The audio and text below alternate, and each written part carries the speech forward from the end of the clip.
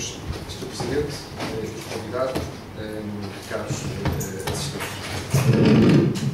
Antes de mais, gostaria de agradecer, portanto, o convite da Administração do Porto de Setúbal de Cida por este gentil e honroso convite que endereçou à AC Massagem na minha pessoa para poder estar perante vós, para vos dar um bocadinho a visão e a problemática que a AC Massagem, enquanto terceira grande mundial, tem perante este novo paradigma da sociedade moderna que tem a ver com a pirataria. No primeiro momento tentei enquadrar o tema e, portanto, gostei do tema, essencialmente porque está ligado a uma certa nostalgia. Nostalgia essa, portanto, que nos traz à memória um bocadinho a literatura, filmes e algumas séries televisivas, como, por exemplo, algumas... Portanto, irei enquadrar com a nostalgia do tema, a pirataria ao tema. No terceiro ponto, especificando, digamos, a perspectiva do terceiro maior armador mundial em lance de matemática e depois fazendo uma análise dos impactos económicos que estão inerentes à situação, a esta situação. Portanto, a nostalgia do tema, portanto, um bocadinho aqui o Errol Flynn com dois filmes que foi o Capitão Blood e o Gavião do Mar, mais recentemente o Johnny Depp com o Pirata das Caraíbas, o Emílio Salgari com uma série de algum tempo atrás que tinha a ver com o Sandokan, um rapaz, portanto, o Sandokan, o Tigre da Malásia, e, portanto, mais alguns outros livros como A Ilha do Tesouro, O Corsário Negro e Peter Pan. Todas estas histórias de piratas nos levam um bocadinho, também uma certa nostalgia, ao pirata, ao papagaio no ombro do pirata, à perna de pau, coisas, portanto, engraçadas e de alguma forma preencheram, digamos, a nossa juventude, e em que, de facto, o pirata era o herói, e normalmente nessas histórias tinha outra vantagem, ficava sempre com a vida mais gira. Mas aqui termina a nostalgia, de facto, do desafio lançado, pois a problemática da pirataria sempre foi, ao longo dos séculos e por razões diferentes, uma praga que se tentou combater. Em termos de pirataria, portanto, é uma atividade, digamos, com alguns séculos. Existem registros, digamos, de ataques no Mediterrâneo a navios fenícios. Existem também outros registros em termos na própria Ásia, mas que uma parte aqui que eu gostaria, de alguma forma, de enquadrar de uma forma melhor em relação à pirataria tem a ver com a época da expansão portuguesa, e que estaremos por volta dos séculos, entre o século XV e o XVII. E porquê? Portanto, num certo determinado momento, Portugal e Espanha, através do Tratado de Alcáçovas e, a seguir, do Tratado de Tordesilhas, juntamente com uma bula papal de 1456, a Romanos Pontifex, aconteceu que Portugal e Castela dividiram, portanto, o mundo em dois. A partir desse momento, e com base na aceitação do chefe da Igreja Católica, criou-se, digamos, aquilo que na altura foi definido como o mare clausus, ou seja, o mar era pertença de Portugal e de Castela e mais ninguém poderia, de alguma forma, explorar essas zonas sem ter o consentimento, seja do rei português, seja do rei de Castela. Neste momento, outras potências que de alguma forma viram afetadas as suas tendências expansionistas, como foi o caso da Inglaterra, da França e da Holanda, começaram, digamos, a promover o corso, ou seja, a armar piratas, portanto, para atacarem, digamos, as rotas de Portugal e de Castela. Esta política do mare clausum vai terminar por volta de portanto, no início do século XVI vai solidificar, quando os navios da Companhia das Índias Orientais aprisionam o navio Santa Catarina.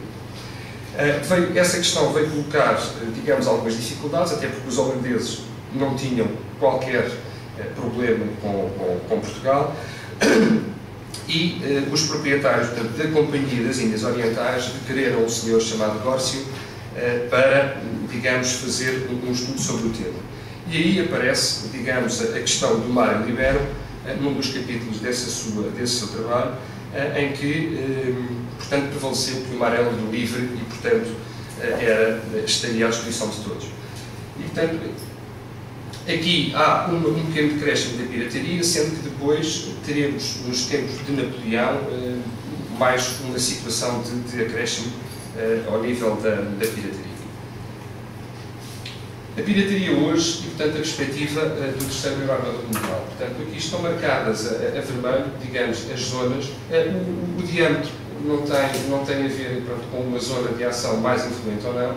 Digamos, as zonas de ação onde hoje se defronta com alguma pirataria, portanto, na costa oriental da América do Sul, junto ali ao Golfo da Nigéria, a parte do Oceano Índico e Golfo da Ásia, o Estreito de Hormuz e o Estreito da Malásia. Vamos passar a dar, digamos, o reporte que temos em relação portanto, do lado da perspectiva da CMA-CGM, portanto, o que é que nos tem acontecido. Portanto, hoje em dia, milhares de pessoas vivem da pirataria. A estimativa em 2010 era da existência no mínimo de 1000 piratas. Estas vilas que aqui estão, portanto, ao longo da costa da Somália, estão aqui no outro mapa marcadas, portanto, que são, de alguma forma, as identificadas como as vilas piratas ao longo da costa da Somália, existindo também alguns indícios de campos de pirata na Tanzânia, sendo que os piratas estão, de alguma forma, cada vez mais profissionais e atuando com maior descrição. Portanto, isto são, portanto, as bases que são, de alguma forma, reconhecidas, portanto, na costa da Somália.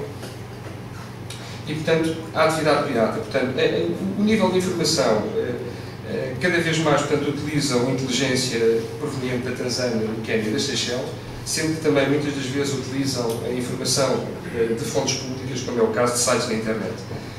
O modo de atuação também é relativamente simples, os ataques são durante a luz do dia ou então em noites de luar, e, neste momento, para promover uma maior autonomia, começam a utilizar, portanto, navios sequestrados, acompanhados de 2 barcos mais rápidos, com uma velocidade até 25 nós.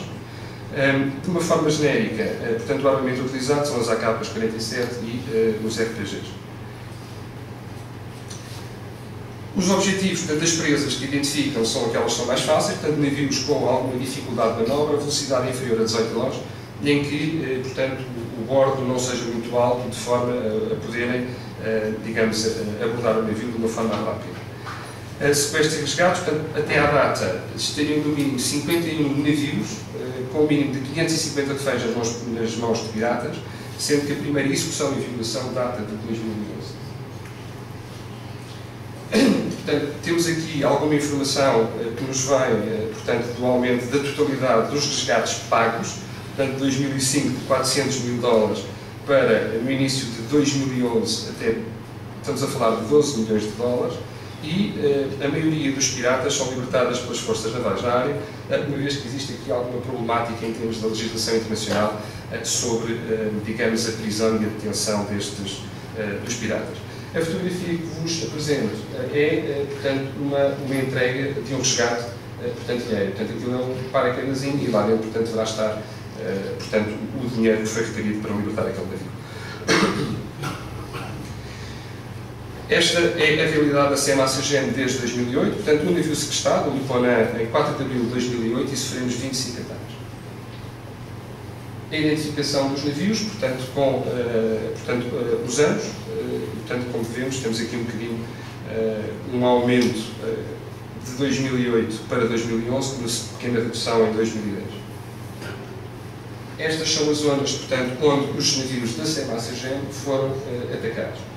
O navio que foi sequestrado, portanto, foi aqui, o Vento Par. Portanto, este é, digamos, o resumo de todos os navios da CMA-CGM e as localizações, portanto, onde eles foram atacados. Em termos de proteção, portanto, o que é que nós, enquanto mercantes ou armadores, podemos fazer? Muito pouco. Portanto, temos em praticamente todos os navios que navegam no Oceano Índico, portanto, quartos de segurança onde a tripulação de alguma forma se pode proteger. Arame farpado, tenho aqui, portanto, um exemplozinho para evitar, digamos, a abordagem. Procedimentos de segurança específicos internos da empresa, definidos como CSO 11002, e, portanto, contactos de emergência disponíveis, portanto, todos os dias, a toda a hora, seguimento dos navios, também a toda a hora, e exercício de contactos com as forças navais presentes na zona, e depois envolvimento com organizações internacionais, como a IMO, a União Europeia, ICS, etc. Temos também, em alguns casos,